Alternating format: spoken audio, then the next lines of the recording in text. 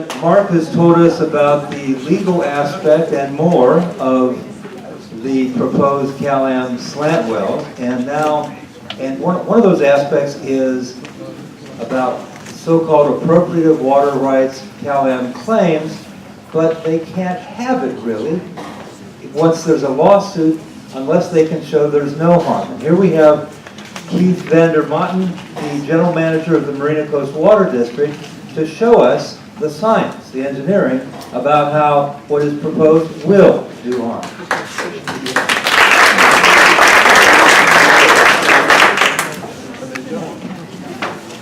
Thank you. Thank you for having me here tonight. It sounds like you probably want me to skip right past this and talk about other things, but I will go through this first if you will bear with me on this. So I'm here tonight to really talk about groundwater sustainability and the use of an aerial electromagnetic survey that we did that really helped us to better understand the basin and specifically to better understand the impacts of the CalAM project. So that's what I wanted to at least share with you tonight. To give you a little bit of background, these maps right here are what are in CalAM's FEIR for their project. And this is what is being displayed as the baseline of the basin here. So the 180 aquifer, this is being said to be really all intruded, the 400-foot aquifer. This is the story that's being told, that this is really what the basin looks like, that all of this is intruded and you don't need to look too close because if we do more damage, don't worry about it kind of thing. But I wanted to point out also along these maps, I put this black line here, because south of the Salinas River, and really the area that Marina Coast is mostly interested in, these maps were derived with very, very little information south of the Salinas River. Very, very little information. In fact, a lot of the information we were gathering didn't jive with these maps. It was very inconsistent, which made us believe that we needed to do more to understand what was going on. I also wanted to state that also, even though some of the information in these maps are in dispute, what's not in dispute is we do have a seawater intrusion problem. We know that due to overpumping. But that's exactly what the Sustainable Groundwater Management Act is supposed to be addressing, and that is something that we're working on right now. This is an image of our AEM study that we had just performed. And it's animated here. And what we're able to do with the data in this study is we're able to look at the geology, we're able to look at the water quality. We flew this entire area with a helicopter and we took basically an MRI of the groundwater. And in this particular case, you can filter it down to water. In this case, that's 3,000 TDS or less, which is the standard by the basin plan as sources of drinking water. And we can even drill down into the different aquifers. So we have the dune sand aquifer here shown, the upper 180, the lower 180, the 400-foot aquifer. And I wanted to show this as an example of the tremendous amount of information that we were able to get from this survey. You know, traditionally you have wells here and there, and you're really trying to guess what's in between. And now we have this study that gives us a tremendous amount of additional information. In addition, you can take this information, do cross-cutting across the basin, and get really drilled down in different areas to understand what is going on with hydrogeology. How is the water flowing? Where are the aquatards? Those sorts of things that are very important to understand. What are going to be the impacts if you pump this area? I'd like to point out, because I think a lot of people don't really understand what goes into this, it is not just flying the area with a helicopter and getting an MRI. There's actually an equal amount of work matching this information up with studies that exist. In this particular case, this is a Kennedy-Jenks study done in 2004 by the Monterey County Water Resources Agency that we are able to overlay the lithology over the AEM project area, as well as gather the water quality and lithology of hundreds of wells that we actually match up with AEM data. So this is high quality data that's been matched up in ground truth. And there's a lot of criticism that I've heard about people saying that this doesn't match the real world. I can guarantee you it does.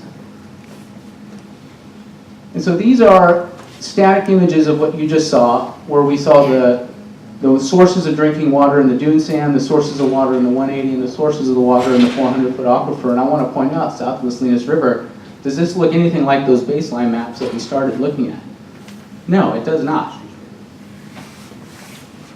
And so what we know from the AEM and what we've learned from that is that south of the Salinas River is really unique, hydrogeologically speaking. There is source of recharge going on south of the river.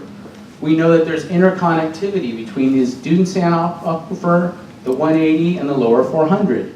And we know that that dune sand aquifer is important for a couple of different reasons. The dune sand flows towards the ocean and creates a seawater barrier, but percolates down into the lower 180 and into the 400. Now, we don't pump the dune sand aquifer at the coast. That would be a mistake. But we do use that water when it eventually makes its way further inland, which is where our wells are. And as Eric had pointed out, yes, we do pump water from the lower 180, the 400, and the deep aquifer. All of these aquifers are important to protect because they all live together. And the greatest challenge that we're going to have moving forward is really from a SGMA, from a Sustainable Groundwater Management Act standpoint, is how do we manage this dynamic basin? Because we've shown it has value. There's water there. We need to protect and augment that if we possibly can. I wanted to kind of tie this to the CalAM FEIR. This line, it's kind of hard to see here, is what they predict as their capture zone from their project. If you overlay that on the results from the AEM, you see clearly that that's going to be extracting water that's a source of drinking water from the dune sand aquifer. I wanted to actually caveat this as well because this capture zone is the smallest possible capture zone you could have because it's based on what's called a landward gradient of flow. It is assuming that the groundwater is all flowing inland, but there's data that shows that actually the opposite is true, and when you do that, this capture zone goes exponentially out into the aquifer. But for the sake of this, you don't even need to know that, just to show that even the smallest capture zone is going to capture the water. This is the same imagery when we look at the 180. So the capture zone's a little bit different there in terms of how it's shaped, but it still has the same general impact. I wanted to back up 2 slides here because I forgot to point out something very important. The blue area here, we did not fly over the city of Marina. We could not fly over an urban area. And so I wanted to point out that just because it's not blue here, it's blue entirely around the city of Marina. And so in a future study, that will be something we can look at, but you can be assured that that's most likely all blue there as well. So I just showed you the capture zone areas. But what's important to also know is that the water that comes into the basin isn't just what's in the capture zone. That pumping depression from those wells causes seawater to be pulled in and around the capture zone as well.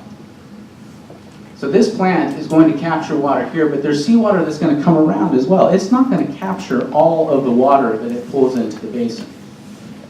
If that's not bad enough, the size of this project should concern you. This project it's undisputed that its wells pull entirely from the coastal groundwater aquifers. We've covered that. It's in the FEIR. It's not a hidden fact. It says it's going to put the wells in the aquifer and pull it out of the aquifer. So the supply for this project is groundwater and seawater that it pulls into the aquifer to then pump out. So it wants to pull seawater in.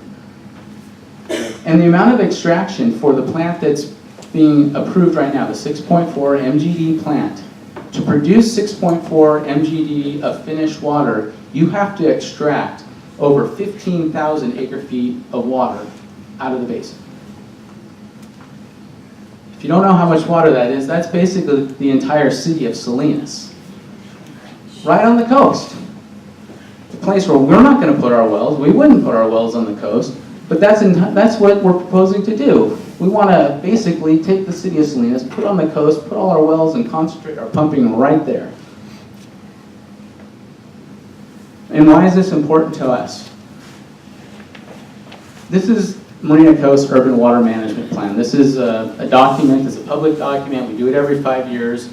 Something that was available to the FEIR, something that really wasn't even looked at when they did their modeling because they projected Marina Coast pumping somewhere down here.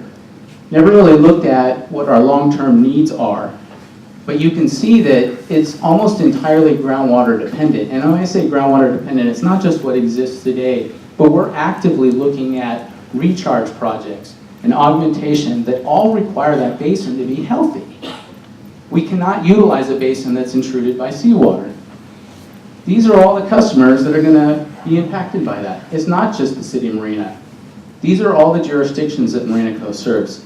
These are the people that we promised to provide a sustainable groundwater and water supply source for. There are two things that we are actively working on right now to make sure that we can meet that promise. The groundwater sustainability plans is one, and I just want to talk about that a little bit, as well as our groundwater augmentation projects as well.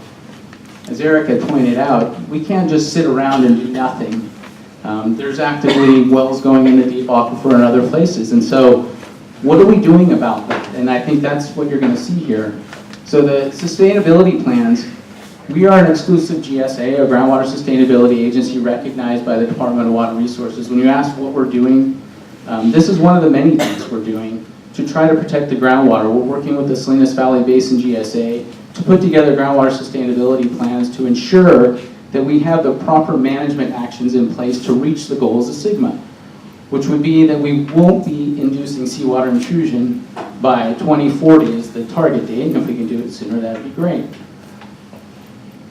The other part of this, and I think probably equally if not more important, is what are we doing to augment our supplies? We have just finished a major part of the construction of our regional urban water augmentation project.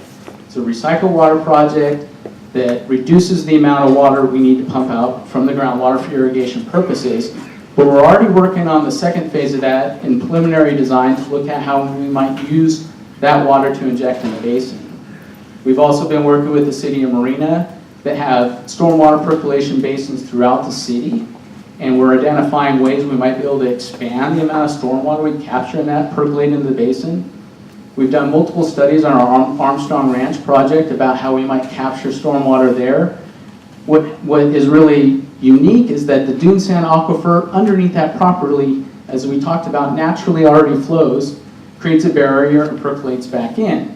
So we can take advantage of the natural hydrogeology and the property there to percolate additional water into the ground. And then I think water conservation. We haven't talked about that much, but for the last 30 years, there's been billions of gallons that the Marina Coast customers have saved that sits in the groundwater right now that isn't available for CalAM or anybody else to just come and take just because we saved it. And we certainly don't want to ruin it. So we've got five, basically. I'm almost wrapped up here. Okay, and then after that, we'll allow 5 minutes for questions. Absolutely. I just actually wanted to leave you with one final thought, because I know we've talked about a lot of issues with that project, but I think one of the things that we've been trying to promote, and this goes into what are we doing about this, I still think we need to find a solution. I mean, this isn't about just trying to stop progress. I mean, we need to find solutions. And one of the solutions that has been presented is expansion of Pure Water Monterey.